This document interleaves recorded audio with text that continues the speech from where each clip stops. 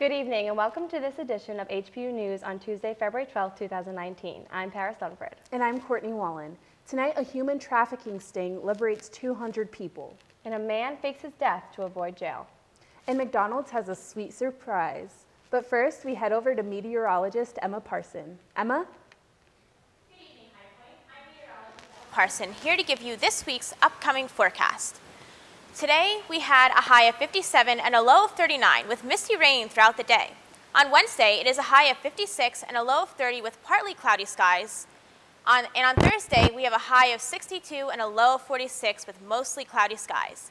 Moving into Friday, it will be cloudy with a high of 64 and a low of 48 as we move into Saturday and Sunday with rain and highs in the low 50s and lows into the upper 30s. As you can see, we have cold weather all across the board with 46 in Raleigh, 40 in Beach Mountain, 47 in Boone, and 38 in Danville, 37 in Martinsville. Anyway, that's all I have for you tonight about this week's weather, but tune in next week for more updates about the local weather. Back to you, Paris and Courtney. It was really nasty out there today. It was gross, but I'm very excited because I got to break out my new rain boots. Yes. So I think I'm not unpopular opinion on that one, but 10 people were arrested on Monday in Alamance County following an undercover operation targeting prostitution and human trafficking. Alamance County Sheriff's Office, Graham Police, and the Department of Homeland Security came together for Operation Valentine. According to the Sheriff's Office, undercover deputies answered ads posted by the suspects. They both met at a location where the suspects agreed to perform sexual acts for money.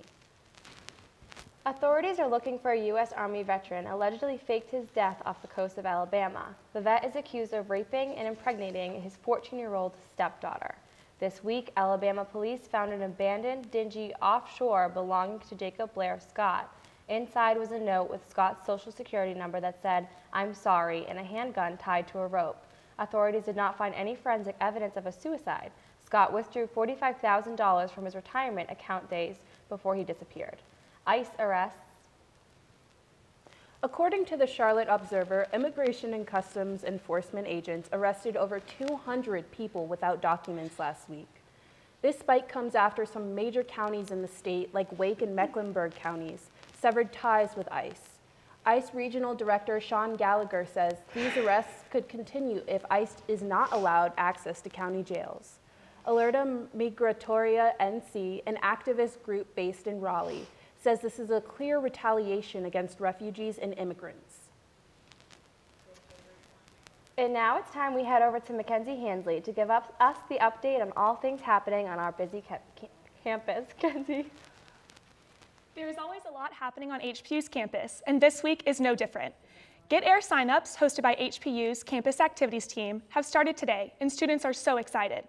If you want to try out the trampoline park, sign up with Campus Concierge. Your favorite improv group, Charcoal Pony, is hosting their Wednesday Night Live tomorrow night in the cinema. RSVP on Involved at highpoint.edu.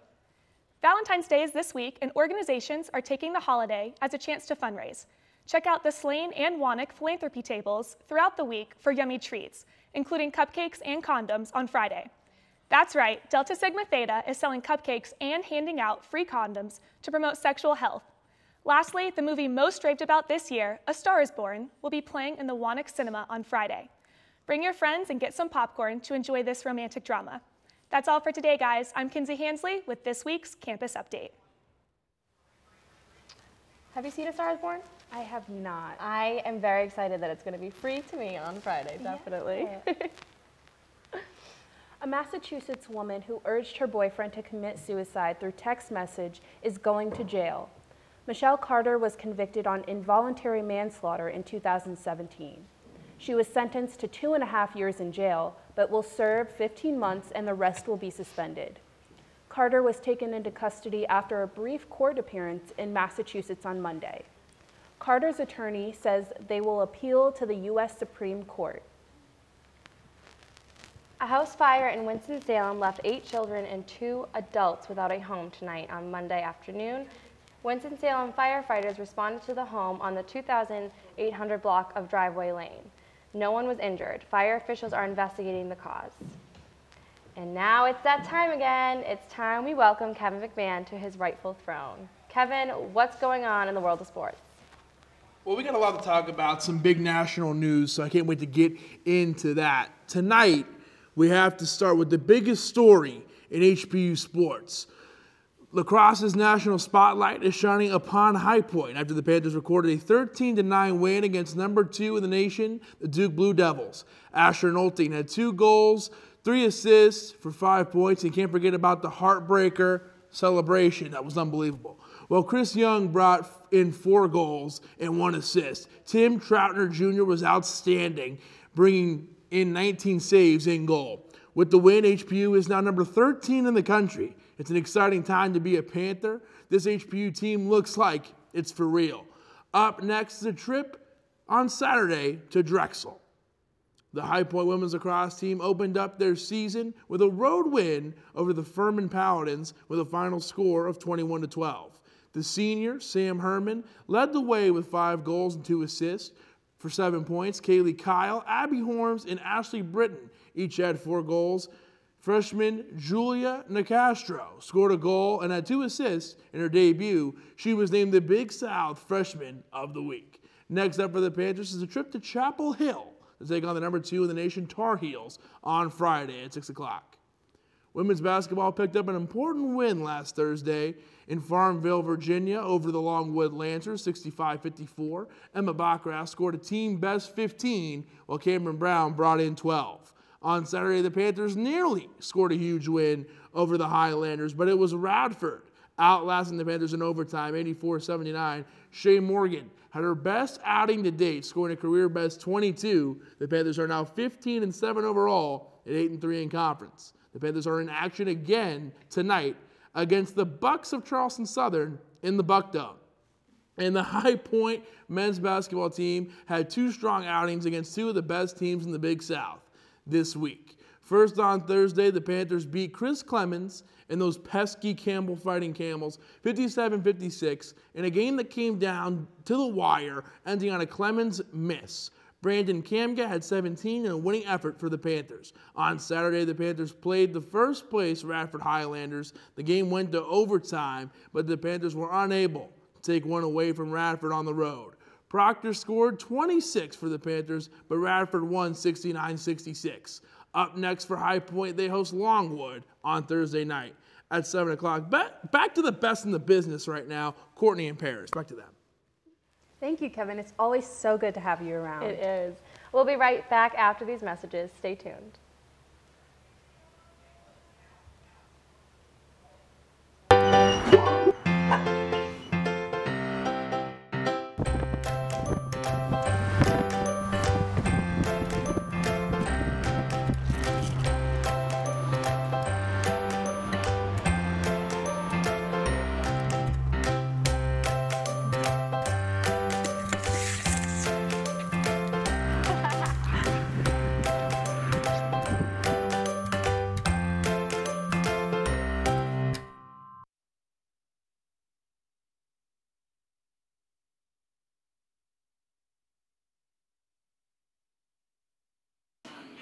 Express open. Go! Yes! Nice one! Still buffering too. What happened? Hey, Joe, we should let you pals know that according to a leading independent study, the most... Now, let me tell you something. When block sucks, it's time for a little magic. My name is Yankee. My last name is Kendall. So jokes on you. League.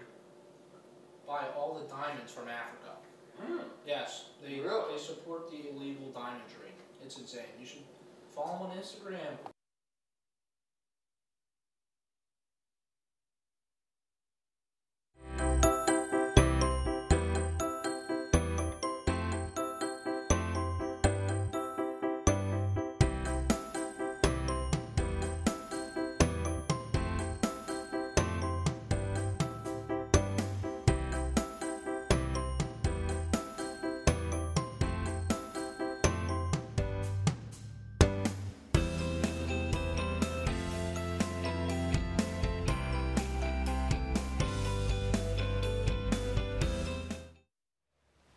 Welcome back to HPU News. I'm Paris Dunford.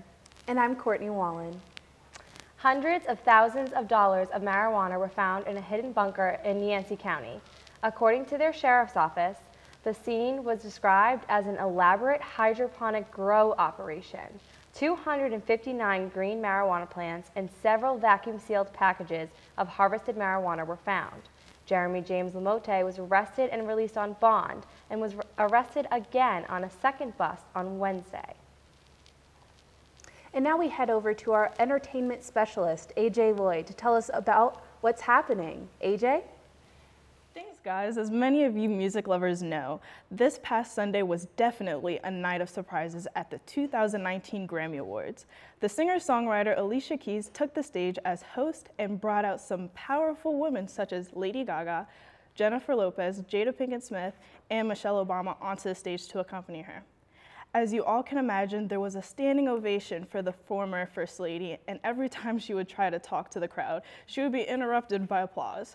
Switching gears to the awards ceremony, Childish Gambino won 4 out of 5 of his nominations. Lady Gaga took home 3 awards, and Ella Mae's Boot Up won an award for Best R&B Song.